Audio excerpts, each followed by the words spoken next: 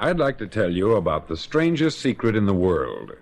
Not long ago, Albert Schweitzer, the great doctor and Nobel Prize winner, was being interviewed in London, and a reporter asked him, "Doctor, what's wrong with men today?" The great doctor was silent a moment, and then he said, "Men simply don't think."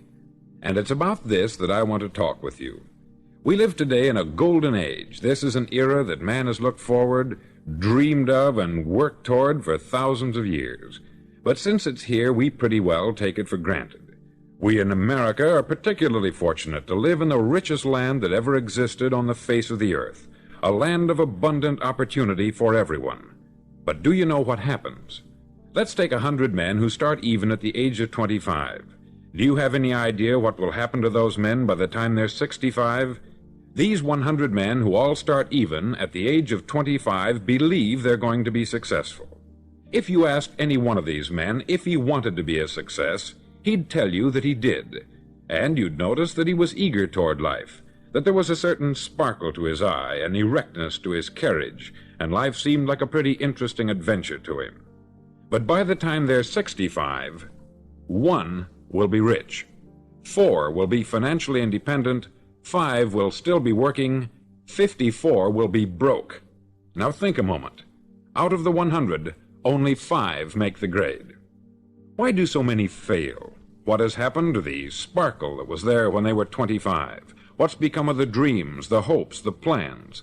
And why is there such a large disparity between what these men intended to do and what they actually accomplished? When we say about 5% achieve success, we have to define success. And here's the definition. Success is the progressive realization of a worthy ideal. If a man is working toward a predetermined goal and knows where he's going, that man is a success. If he's not doing that, he's a failure. Success is the progressive realization of a worthy ideal. Rollo May, the distinguished psychiatrist, wrote a wonderful book called Man's Search for Himself. And in this book he says, the opposite of courage in our society is not cowardice, it is conformity. And there you have the trouble today. It's conformity. People acting like everyone else, without knowing why, without knowing where they're going. Now think of it. In America right now, there are over 14 million people 65 years of age and over, and about 13 million of these 14 million are broke. They're dependent on someone else for life's necessities. Now, we learn to read by the time we're 7. We learn to make a living by the time we're 25. Usually, by that time, we're not only making a living, we're supporting a family. And yet, by the time we're 65, we haven't learned how to become financially independent in the richest land that has ever been known. Why? We conform. And the trouble is that we're acting like the wrong percentage group, the 95% who don't succeed. Now, why do these people conform? Well, they don't know, really. These people believe that their lives are shaped by circumstances, by things that happen to them, by exterior forces. They're outer-directed people. A survey was made one time that covered a lot of men, working men, and these men were asked this question: why do you work? Why do you get up in the morning? 19 out of 20 had no idea. If you ask them, they'll say, everyone goes to work in the morning. And that's the reason they do it, because everyone else is doing it. Now let's get back to our definition of success. Who succeeds? The only man who succeeds is the man who is progressively realizing a worthy ideal. He's the man who says, I'm going to become this, and then begins to work toward that goal. I'll tell you who the successful people are. A success is the school teacher who's teaching school because that's what she wanted to do. The success is the woman who's a wife and mother because she wanted to become a wife and mother and is doing a good job of it. The success is the man who runs the corner gas station because that's what he wanted to do. The success is the successful salesman who wants to become a top-notch salesman and grow and build with his organization. A success is anyone who is doing deliberately a predetermined job because that's what he decided to do deliberately. But only 1 out of 20 does that. That's why today there isn't really any competition, unless we make it for ourselves. Instead of competing, all we have to do is create. Now, for 20 years, I looked for the key which would determine what would happen to a human being. Was there a key, I wanted to know, which would make the future a promise that we could foretell to a large extent? Was there a key that would guarantee a person's becoming successful if he only knew about it and knew how to use it? Well, there is such a key, and I've found it. Have you ever wondered why so many men work so hard and honestly without ever achieving anything in particular, and others don't seem to work hard and yet seem to get everything? They have the magic touch. You've heard them say that about someone. Everything he touches turns to gold. And have you ever noticed that a man who becomes successful tends to continue to become successful, and on the other hand, have you noticed how a man who is a failure tends to continue to fail? It's because of goals. Some of us have them, some don't. People with goals succeed because they know where they're going. Now think of a ship leaving a harbor, and think of it with the complete voyage mapped out and planned. The captain and crew know exactly where it's going and how long it will take. It has a definite goal. 9,999 times out of 10,000 it will get to where it started out to get. Now let's take another ship, just like the first, only let's not put a crew on it, or a captain at the helm. Let's give it no aiming point, no goal, no destination. We just start the engines and let it go. I think you'll agree with me that if it gets out of the harbor at all, it will either sink or wind up on some deserted beach a derelict. It can't go any place because it has no destination and no guidance. It's the same with a human being. Take the salesman, for example. There is no other person in the world today with the future of a good salesman. Selling is the world's highest paid profession, if we're good at it, and if we know where we're going.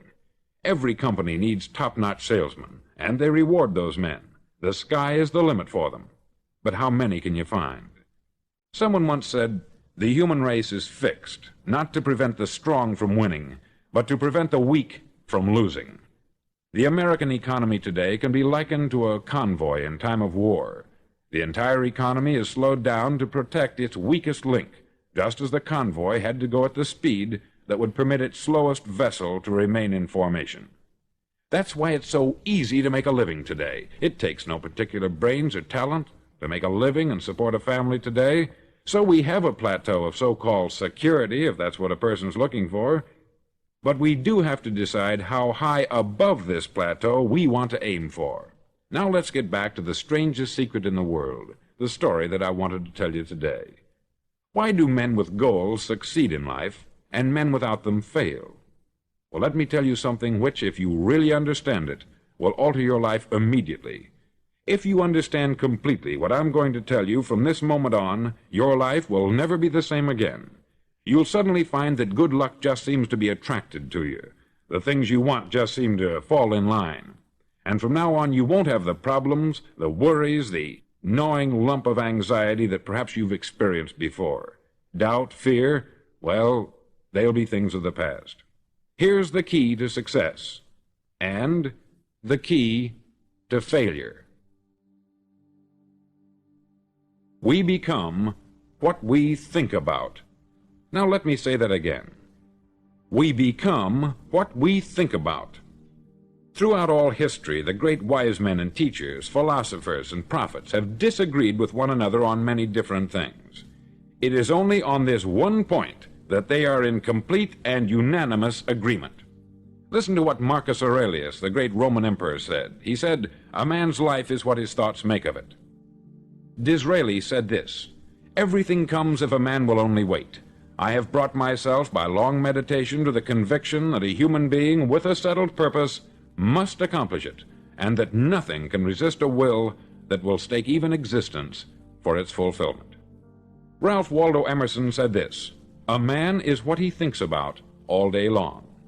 William James said, "The greatest discovery of my generation is that human beings can alter their lives by altering their attitudes of mind." And he also said, "We need only in cold blood act as if the thing in question were real, and it will become infallibly real by growing into such a connection with our life that it will become real. It will become so knit with habit and emotion that our interest in it will be those which characterize belief." He also said this, "If you only care enough for a result, you will almost certainly attain it. If you wish to be rich, you will be rich. If you wish to be learned, you will be learned. If you wish to be good, you will be good.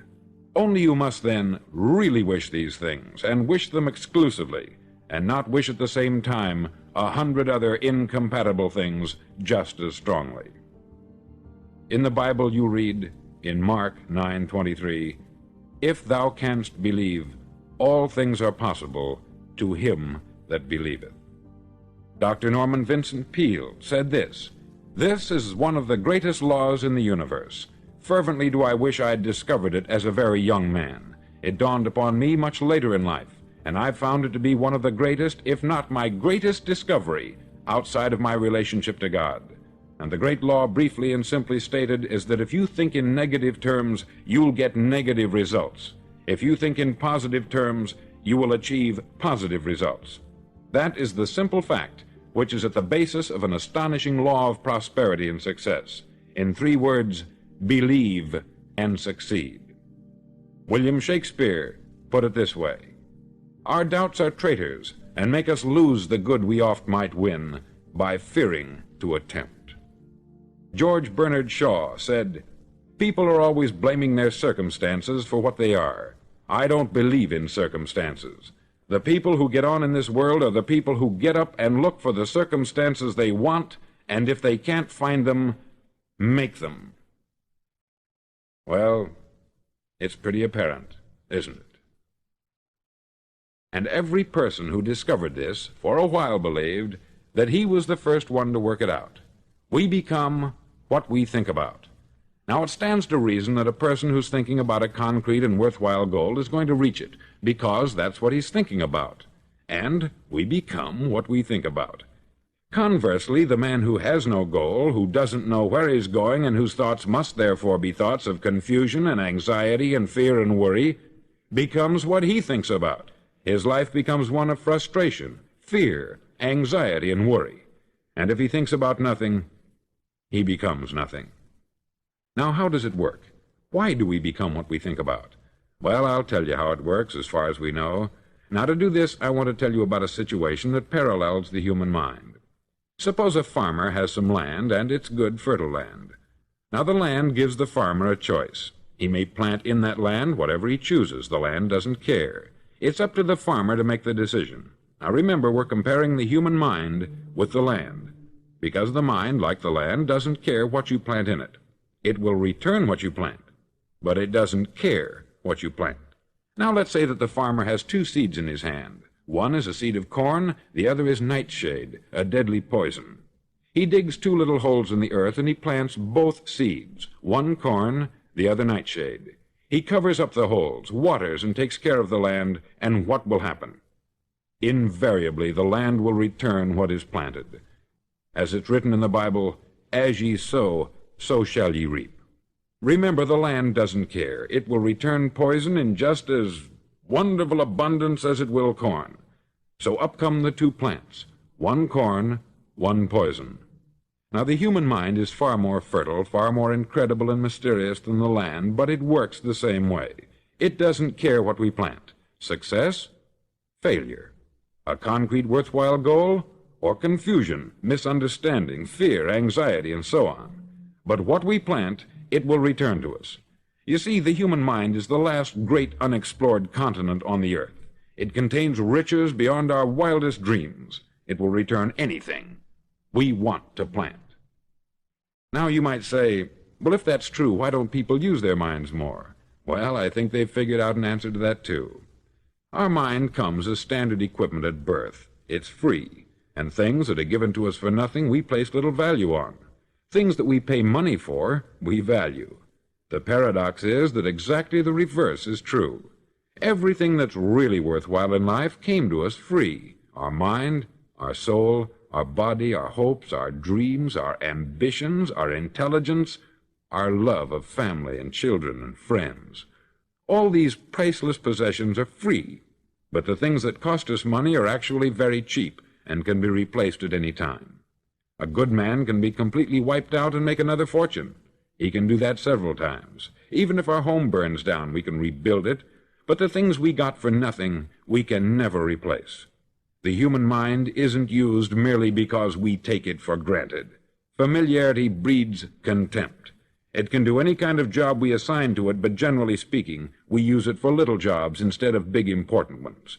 Universities have proved that most of us are operating on about 10% of our abilities. Decide now. What is it you want? Plant your goal in your mind. It's the most important decision you'll ever make in your entire life.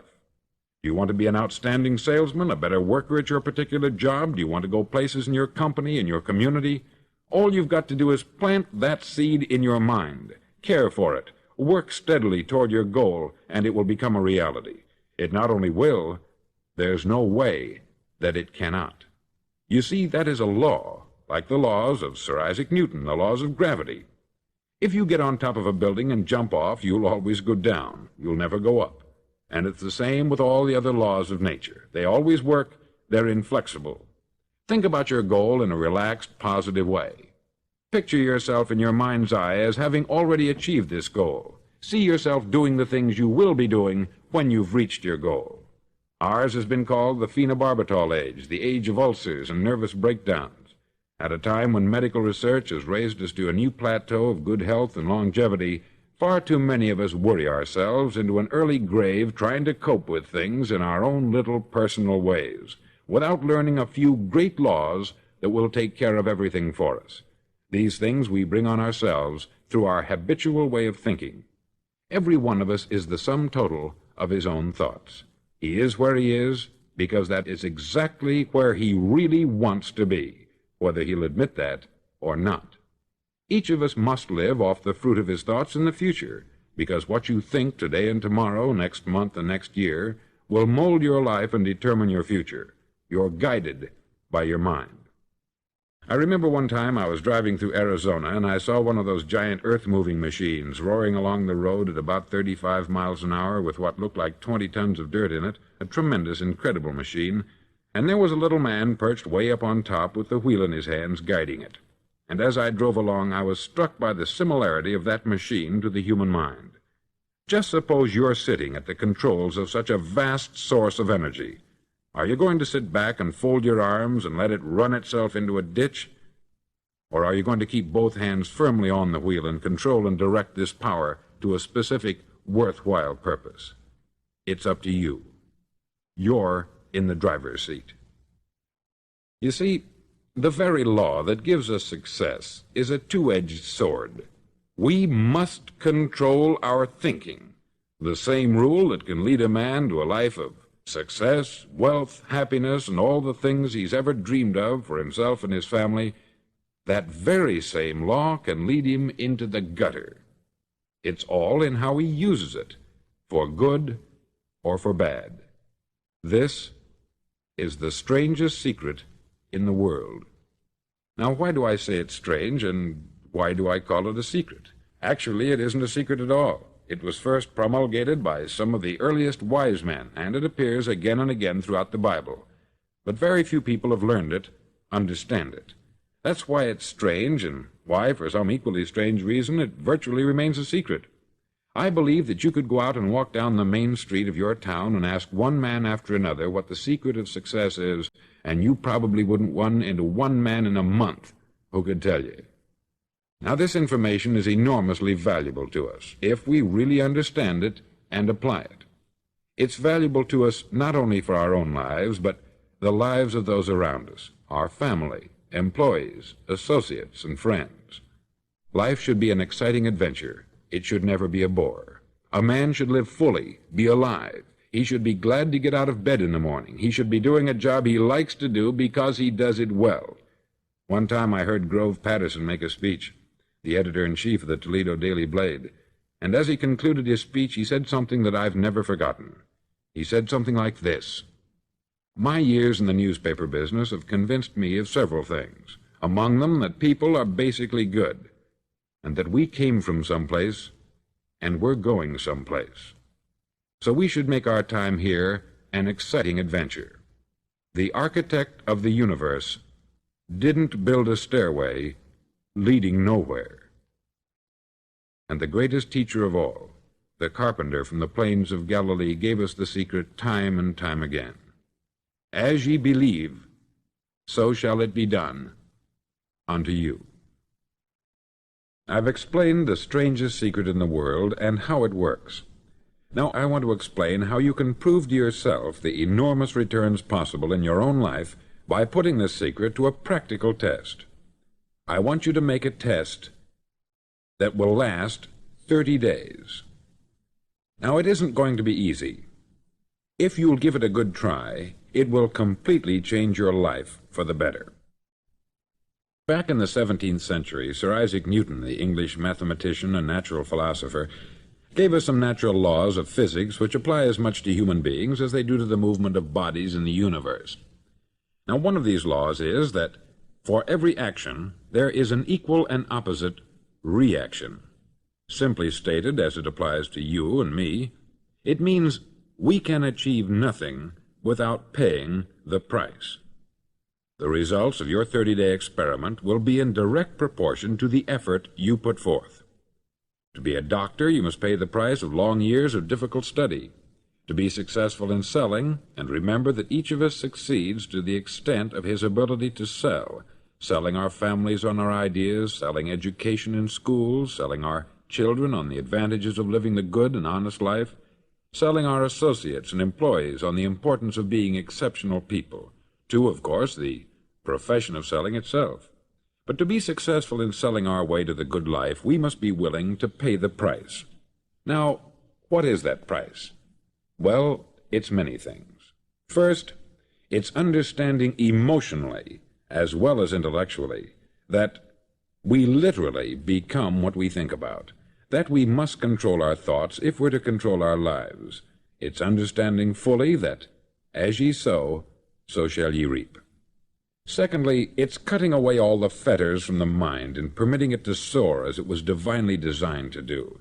It's the realization that your limitations are self-imposed, and that the opportunities for you today are enormous beyond belief. It's rising above narrow-minded pettiness and prejudice. Thirdly, to use all your courage to force yourself to think positively on your own problem, to set a definite and clearly defined goal for yourself, to let your marvelous mind think about your goal from all possible angles, to let your imagination speculate freely upon many different possible solutions, to refuse to believe there are any circumstances sufficiently strong to defeat you in the accomplishment of your purpose, to act promptly and decisively when your course is clear, and to keep constantly aware of the fact that you are, at this moment, standing in the middle of your own acre of diamonds, as Russell Conwell used to point out. Fourth, save at least 10% of what you earn. It's also remembering that no matter what your present job, it has enormous possibilities if you're willing to pay the price. Important points in the price each of us must pay to achieve the wonderful life that can be ours. It is, of course, worth any price.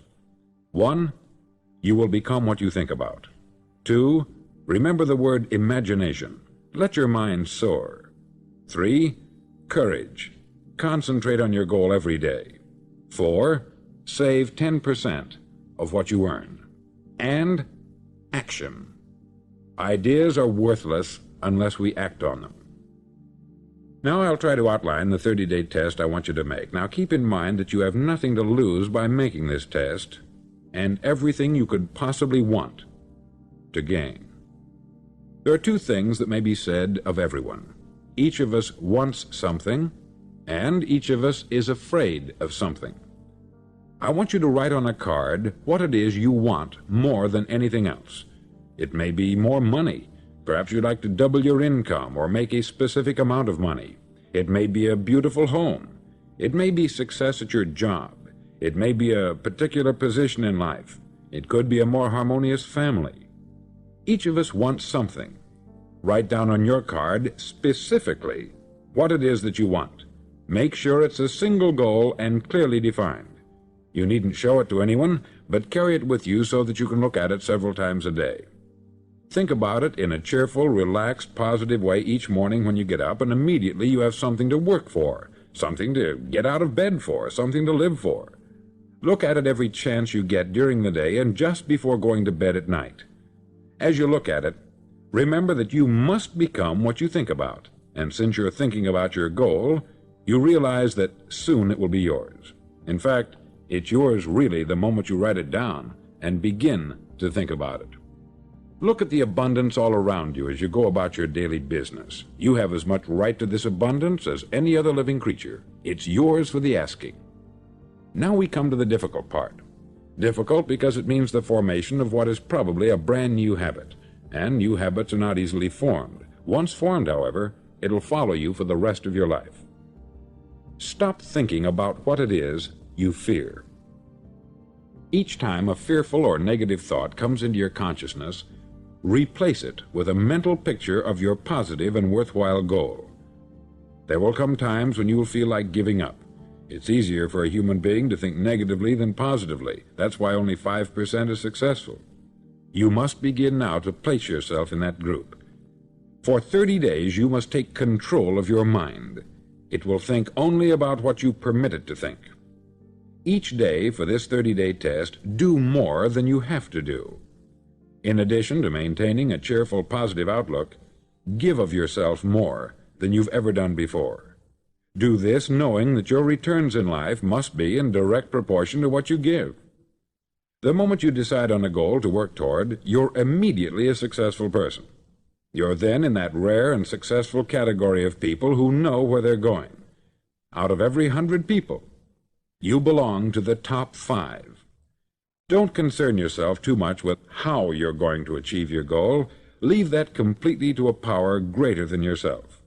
All you have to do is know where you're going. The answers will come to you of their own accord. Remember these words from the Sermon on the Mount, and remember them well. Keep them constantly before you this month of your test. Ask, and it shall be given you. Seek, and ye shall find. Knock, and it shall be opened unto you. For every one that asketh receiveth, and he that seeketh findeth, and to him that knocketh it shall be opened. It's as marvelous and as simple as that. In fact, it's so simple that in our seemingly complicated world it's difficult for an adult to understand that all he needs is a purpose and faith. For 30 days, do your best. If you're a salesman, go at it as you've never done before, not in hectic fashion, but with the calm, cheerful assurance that time well spent will give you the abundance in return you deserve and want. No matter what your job, do it as you've never done it before for 30 days. And if you've kept your goal before you every day, you'll wonder and marvel at this new life you've found. Dorothea Brand, outstanding editor and writer, discovered it for herself and tells about it in her fine book, Wake Up and Live. Her entire philosophy is reduced to the words, act as though it were impossible to fail. She made her own test with sincerity and faith, and her entire life was changed to one of overwhelming success. Now you make your test for 30 full days. Don't start your test until you've made up your mind to stick with it. You see, by being persistent, you're demonstrating faith. Persistence is simply another word for faith. If you didn't have faith, you would never persist.